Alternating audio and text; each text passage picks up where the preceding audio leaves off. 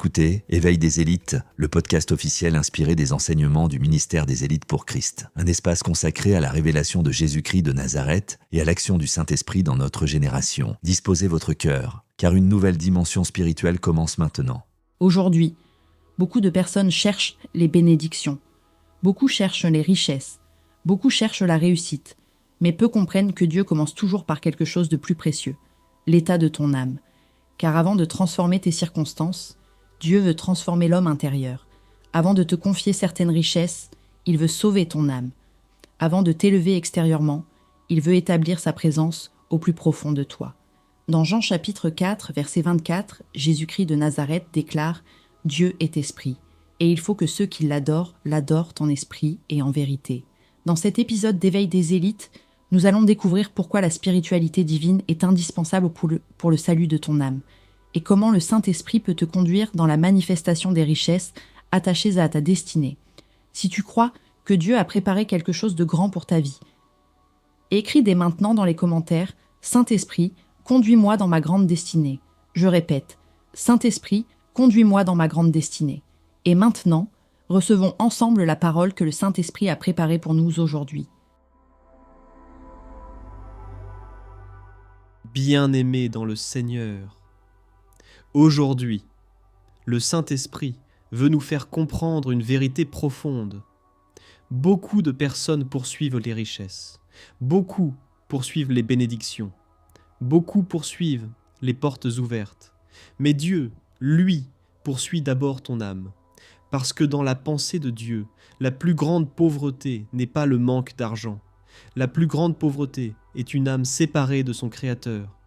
Jean chapitre 4, verset 24 déclare « Dieu est esprit, et il faut que ceux qui l'adorent en esprit et en vérité. » Cela signifie que la spiritualité n'est pas une religion. La spiritualité est la restauration de la communion entre Dieu et l'homme. C'est le retour de l'homme dans son environnement originel. Parce que l'homme n'a pas été créé pour vivre séparé du Saint-Esprit. Il a été créé pour vivre en communion avec Dieu. Voilà pourquoi l'homme peut posséder beaucoup de choses et demeurer vide intérieurement. Il peut posséder les richesses, il peut posséder la gloire des hommes, il peut posséder les honneurs, et pourtant sentir un vide que rien n'arrive à remplir, parce qu'aucune richesse ne peut remplacer la présence de Dieu. Bien-aimé, le salut de ton âme est plus important que tout ce que tu peux posséder, car lorsque ton âme est sauvée, ton identité est restaurée. Et lorsque ton identité est restaurée, ta destinée commence à s'éveiller. Voilà pourquoi Lucifer combat la spiritualité authentique. Il ne combat pas seulement la prière, il ne combat pas seulement la lecture de la parole de Dieu, il combat la communion avec le Saint-Esprit. Parce qu'il sait qu'un homme connecté au Saint-Esprit finit toujours par découvrir qui il est. Il découvre pourquoi il est né. Il découvre sa mission. Il découvre les dons que Dieu a déposés en lui. Il découvre les solutions que le ciel a cachées dans son esprit. Et lorsqu'un homme découvre sa mission, les richesses commencent à chercher cet homme. Parce que dans le royaume de Dieu, les richesses ne poursuivent pas les hommes. Ce sont les hommes de vision qui attirent les richesses nécessaires à l'accomplissement de leur mission. Écoutez-moi très attentivement. Les richesses ne sont pas le but de la vie. Les richesses en sont des serviteurs. Elles existent pour soutenir une mission.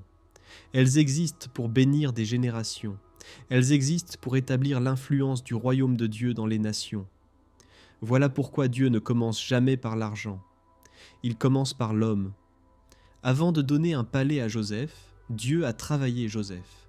Avant de donner le trône à David, Dieu a travaillé David.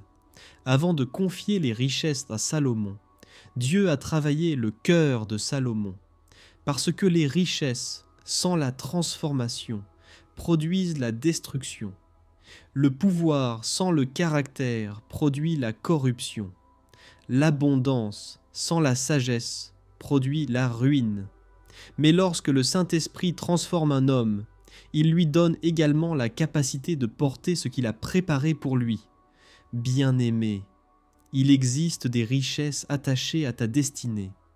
Et je ne parle pas seulement d'argent, je parle des richesses de la sagesse, des richesses des idées, des richesses des relations, des richesses de la faveur divine, des richesses de la créativité, des richesses des solutions, des richesses de l'influence, des richesses des révélations, des richesses capables de bénir des peuples et des nations. Mais ces richesses sont enfermées dans le potentiel que Dieu a placé en toi, et c'est le Saint-Esprit qui révèle ce potentiel. Voilà pourquoi la véritable prospérité commence dans le monde invisible avant de se manifester dans le monde visible. Une âme éclairée produit une pensée éclairée. Une pensée éclairée produit une vision produit une mission produit de la valeur, et la valeur finit toujours par attirer les richesses nécessaires à son accomplissement. C'est pour cela que Jésus-Christ de Nazareth n'est pas venu mourir simplement pour t'emmener au ciel. Il est venu restaurer en toi l'image de Dieu. Il est venu rétablir ta communion avec le Père. Il est venu te reconnecter au Saint-Esprit. Il est venu réveiller ta destinée. Il est venu faire de toi une solution pour ta génération. Car un homme sauvé, rempli du Saint-Esprit et conscient de sa mission devient dangereux pour le royaume des ténèbres, parce qu'il apporte la lumière là où règne l'obscurité. Il apporte des solutions là où règne la confusion. Il apporte la vie là où règne la mort. Il apporte l'espérance là où règne le désespoir.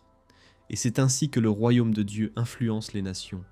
Je prophétise aujourd'hui que le Saint-Esprit restaure ton âme. Je prophétise qu'il te conduise dans la vérité.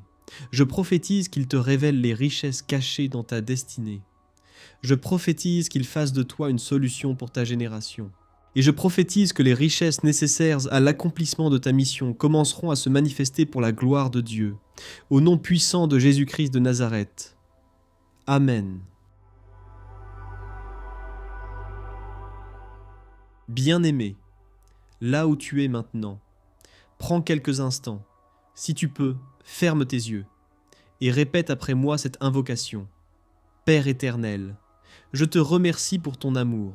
Je te remercie pour Jésus-Christ de Nazareth. Je te remercie pour le Saint-Esprit. Je te remercie parce que tu m'as créé avec une destinée. Et aujourd'hui, je comprends que le plus grand trésor de ma vie est ma communion avec toi. Seigneur, sauve mon âme, purifie mon cœur, renouvelle mon intelligence. Délivre-moi de tout ce qui m'éloigne de ta présence. Je refuse une vie sans toi. Je refuse une prospérité sans toi. Je refuse une réussite qui ne glorifie pas ton nom. Saint-Esprit, conduis-moi dans la vérité. Révèle-moi mon identité. Révèle-moi ma mission. Révèle-moi les dons que Dieu a déposés en moi. Révèle-moi les richesses cachées dans ma destinée. Que mon esprit soit éclairé. Que mon intelligence soit renouvelée. Que ma vie soit alignée avec ta volonté. Au nom puissant de Jésus-Christ de Nazareth, je détruis toute ignorance. Je détruis toute confusion. Je détruis toute peur, je détruis toute distraction, je détruis tout ce qui combat ma communion avec Dieu. Saint-Esprit, fais de moi une solution pour ma génération, fais de moi un instrument entre tes mains, fais de moi un homme capable d'influencer son monde pour la gloire de Dieu. Que les richesses attachées à ma mission se manifestent, que la sagesse attachée à ma mission se manifeste, que les relations attachées à ma mission se manifestent, que les opportunités attachées à ma mission se manifestent, que la faveur attachée à ma mission se manifeste. Je déclare que ma vie servira à établir le royaume de Dieu. Je déclare que ma vie glorifiera Jésus-Christ de Nazareth. Je déclare que ma destinée bénira des générations. Je déclare que le Saint-Esprit me conduira dans la plénitude de ce que Dieu a préparé pour moi. Merci Seigneur, parce que mon âme t'appartient. Merci Seigneur, parce que ma destinée t'appartient. Merci Seigneur, parce que ma vie t'appartient. Dans le nom puissant de Jésus-Christ de Nazareth. Amen. Quelle merveilleuse révélation nous avons reçue aujourd'hui. Nous avons compris que Dieu ne cherche pas d'abord à remplir nos mains. Il cherche d'abord à sauver notre âme. Car lorsqu'une âme est restaurée par le Saint-Esprit, la destinée commence à s'éveiller. Et lorsque la destinée s'éveille, les richesses nécessaires à l'accomplissement de la mission commencent à se manifester. Souviens-toi de ceci.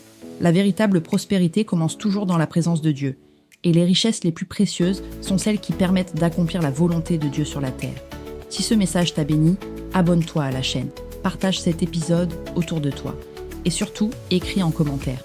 Saint-Esprit, conduis-moi dans ma grande destinée. Je répète, Saint-Esprit, conduis-moi dans ma grande destinée. Que le Seigneur Jésus-Christ de Nazareth te bénisse, que le Saint-Esprit éclaire ton intelligence et qu'il te conduise dans la pleine manifestation des richesses attachées à ta destinée. C'était Éveil des élites, établir la souveraineté du Saint-Esprit dans les nations. À très bientôt pour un prochain épisode.